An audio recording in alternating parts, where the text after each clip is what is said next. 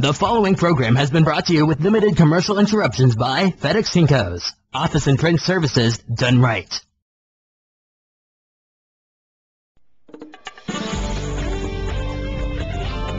Now, from WMMH TV headquarters in Hamden, Connecticut. With all your news in one place, this is the brand new 24 News at 8 p.m. Reporting tonight is Marcus Harun. Colleen Joyce has your 24 forecast. And Brad McRoberts with your sports action. 24 News at 8 p.m. starts now. Hey everyone, thanks for staying with us for 24 News. New England is the third most heaviest tax region in the nation, and residents will pay an estimated 11.3% of their income in state and local taxes this year, behind only the Mid-East and Great Lakes region. An independent study reported Friday. Massachusetts ranked number 28 nationwide, with residents paying an estimated 10.6% of their income this year to fund state and local operations and services. New Hampshire is the second tax state, with residents shelling out about 8% of their income in state and local taxes, according to the New Hampshire government. Vermont and Maine have the highest and second highest tax burden, with residents paying 14.1% and 14% respectively, the report says. And now to Connecticut. Connecticut ranks number 8, with residents paying 12.2% of their income to fund state and local operations. Rhode Island ranks number 4 nationwide, and its residents will pay 12.7% in state and local taxes this year. A spring storm brought more than a foot of snow in parts of the upper Northeast, clouding schools, tangling traffic, and knocking out power to more than 180,000 homes and businesses on Thursday. At least one death was blamed on the wintry weather, which began late Wednesday and expected to continue through the weekend. The flakes fell at a rate of up to 2 inches per hour by early Thursday. Areas of Maine already had nearly 1.5 feet of wet, heavy snow, and central New Hampshire saw 16 inches in spots. Up to 13 inches fell in Vermont, and upstate New York had several inches as well. The spring snow followed a winter that was often unusually warm. Friday was the last day on the job for 60 workers at ExxonMobil's Films business plant in Stratford. The move was the last wave for layoffs at the plant that began in 2005. ExxonMobil has been in Stratford for more than 30 years. The plant made clear and white opaque packaging films for a variety of applications. We have to go to a break right now, but we are going to have a special report right when we get back. Take a look. The British soldiers were freed, and we'll tell you how their conditions that they had when they were held captive and why they were released. All that and more. Back to you, Marcus. Thanks. I'll also have a last check on your weather when we get back.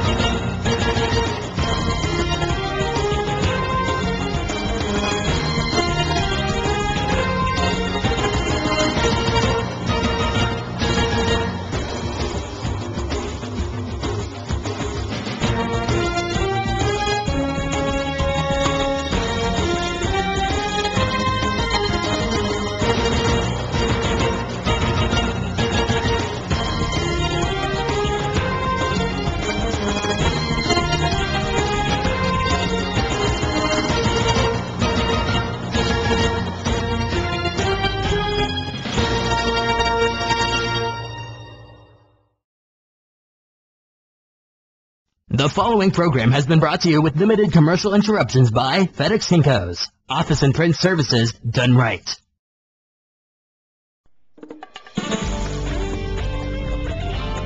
Now, from WMMH TV headquarters in Hamden, Connecticut. With all your news in one place, this is the brand new 24 News at 8 p.m. Reporting tonight is Marcus Harun. Colleen Joyce has your 24 forecast. And Brad McRoberts with your sports action. 24 News at 8 p.m. starts now. The 15 British military personnel captured by the Iranian forces in the Persian Gulf were subjected to psychological pressure and kept in isolation during their detention, the group's officers said on Friday. Lieutenant Felix Carmen of the British Royal Navy, addressing a news conference at a military base in Chevanor, southwestern England, said the sailors and Marines were well outside Iranian waters when the incident occurred, despite previous statements to the contrary. Irrespective of what has been said in the past, when we were detained by the Iranian Revolutionary Guard, I can clearly state we were within 1.7 nautical miles from the Iranian waters, Carmen said. The sailors and Marines who were seized from patrol boats on March 23rd returned to the UK on Thursday after 13 days in Iranian captivity. Lieutenant Carmen said they were kept in isolation, interrogated and blindfolded, and subjected to aggressive questioning and rough handling. Members of the group had been presented with two options, said Lieutenant Carmen: to admit having strayed into Iranian waters or face up to 7 years in prison in Iran.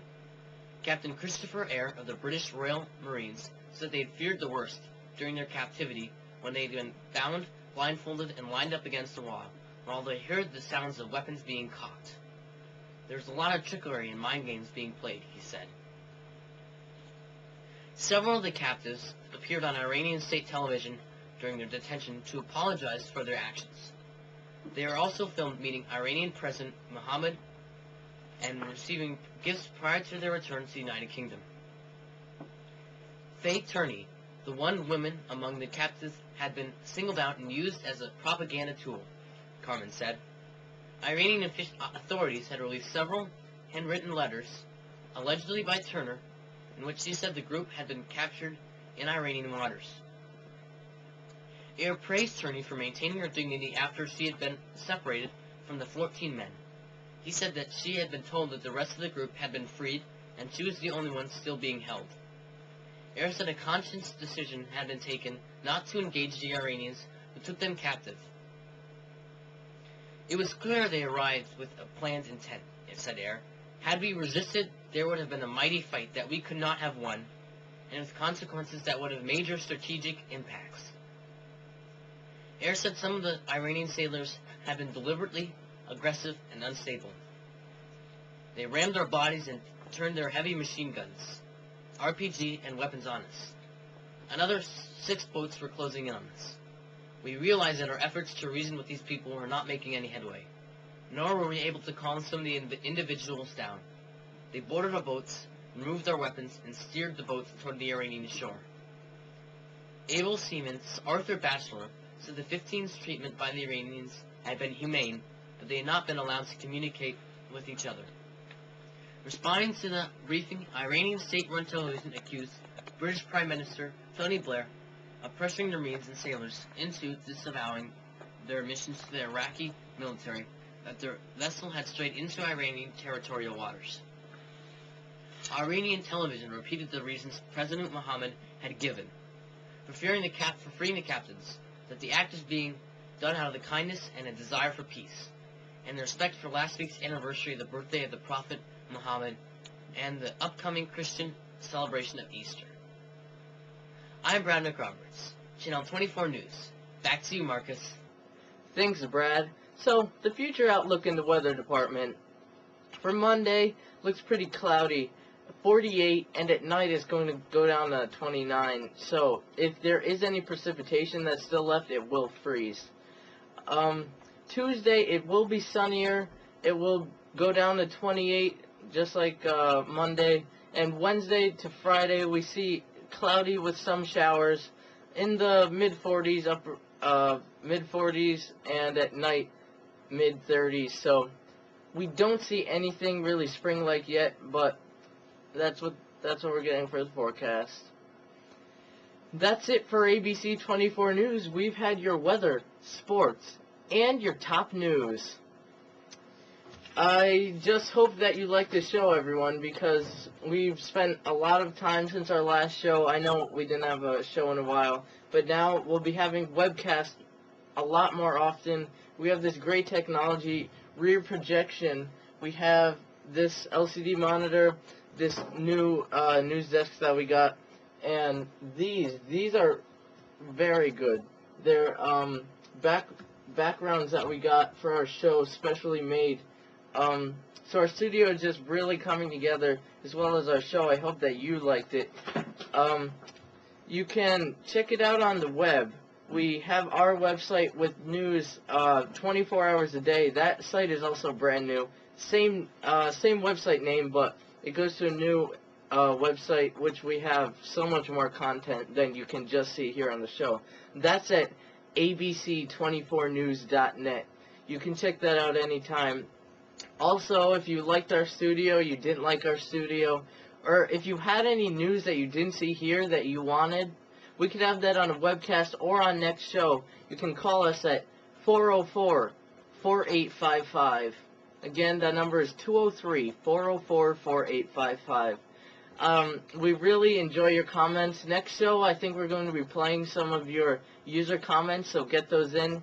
And also, if you miss our show, or if you miss the beginning, the ending, any part, or you just like me so much you want to just watch it again over and over and over, you should check out, we worked really hard on this. It's video.abc24news.net, a whole nother site just for our videos if you miss it or anything. So I hope you really enjoyed our show. And now we're 24 News officially, and check us out every week, Mondays at 8 p.m. on Channel 27. I'm Marcus Harun, 24 News. Have a great week.